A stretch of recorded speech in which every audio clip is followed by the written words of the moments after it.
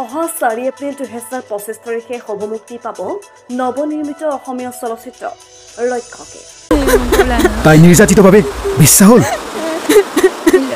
আৰু সেই ছোৱালীজনী ৰক্ষকক লৈ এতিয়া অপেক্ষাৰত সকলো।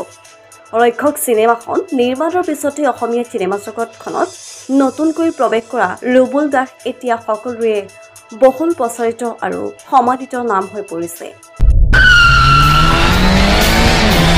ইতিমধ্যে বহুকেইখন চলচ্চিত্ৰৰ সৈতে জড়িত ৰুবুল দাসৰ পুনৰ আন এখন চলচ্চিত্ৰ ৰক্ষকে এতিয়া মুক্তিৰ ক্ষণ গণিছে।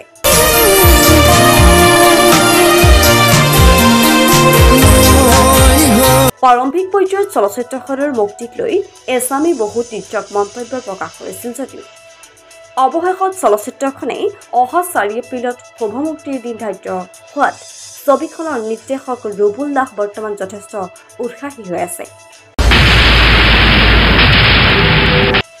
অসমীয়া চলচ্চিত্ৰ জগতখনত বিশেষ ভূমিকা আগবঢ়াই অহা শ্ৰেষ্ঠ কৌতুক অভিনেতা অতুল পাচনি অভিনীত তথা ৰহস্যময় সংগীত পৰিচালক অনুপম শইকীয়াৰ সংগীত পৰিচালনাৰে ৰক্ষক সৰ্বতো প্ৰকাৰে এখন অৱভোগ্য ছবি বুলি প্ৰকাশ কৰিছে নিৰ্মাতাই। মুক্তিৰ পিছত ছবিখন এবাৰ সকলোৱে উপভোগ কৰিবলৈ অনুৰোধ জনাইছে ৰুবুল দাসে। নমস্কাৰ, মই অনুপম শইকীয়া।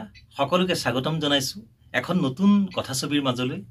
ছবিখনি হৈছে ৰক্ষক অহা 4 এপ্ৰিল 2025 তাৰিখে শুভমুক্তি লাভ কৰিব অসমৰ হলত। গতিকে সকলো ছবিগৃহলৈ আহি সেই ছবিখনি উপভোগ কৰিব বুলি খুব আন্তৰিকভাৱে আহ্বান জনাইছোঁ। আৰু এই ছবিখনি পৰিচালনা কৰিছে ভাতৃপ্ৰতিম ৰুবুল দাসে আৰু সংগীতেৰে সজাইছে মোৰ অতি মৰমৰ ভাতৃপ্ৰতিম হিমাংশু দেৱ চৌধুৰীয়ে।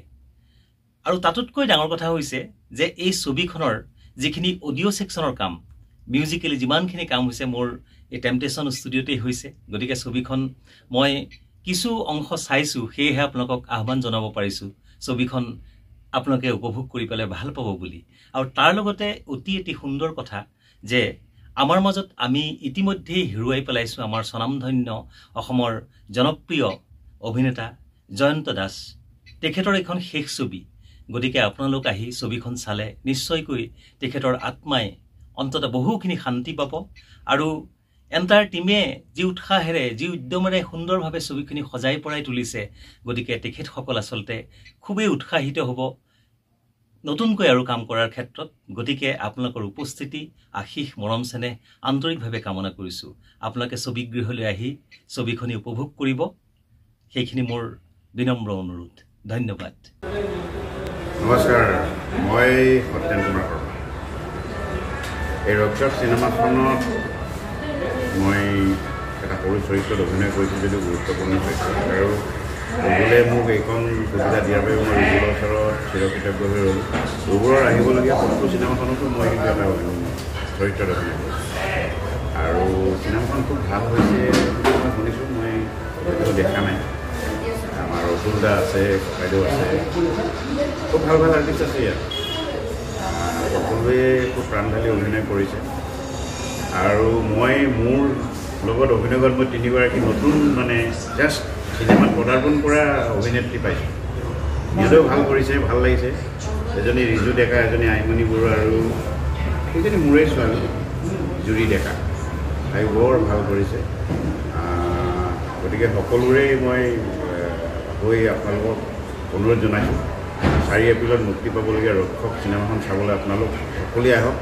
নমস্কাৰ, সমূহ অসমবাসী ৰাইজলৈ আগতীয়াকৈ ৰঙালী বিহুৰ আন্তৰিক শুভকামনা জনাইছোঁ। এইখিনিতে আপোনালোকক ক'বলৈ পাই সুখী আৰু গৌৰৱান্বিত অনুভৱ কৰিছোঁ যে অহা 4 এপ্ৰিলত অসমৰ প্ৰায়বিলাক চিত্ৰগৃহত এখন পূৰ্ণদৈৰ্ঘ্যৰ অসমীয়া বোলছবি মুক্তি পাব। ছবিখনৰ নাম ৰক্ষক। মনত ৰাখিব, ৰক্ষক। আৰু এই ৰক্ষক ছবিখনত অভিনয় কৰিছে নবীন প্ৰবীণ বহু শিল্পীয়ে।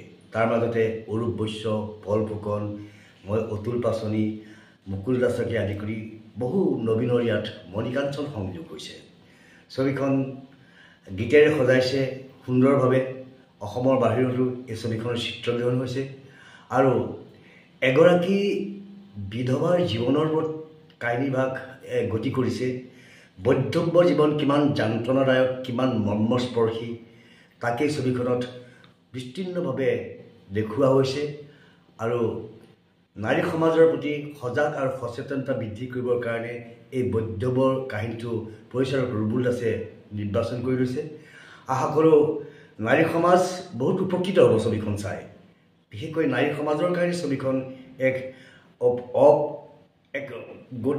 সুন্দৰ ছবি, সুন্দৰ কাহিনী।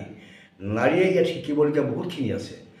গতিকে আপোনালোকে 4 এপ্ৰিলত ছবিখন মুক্তি পাব।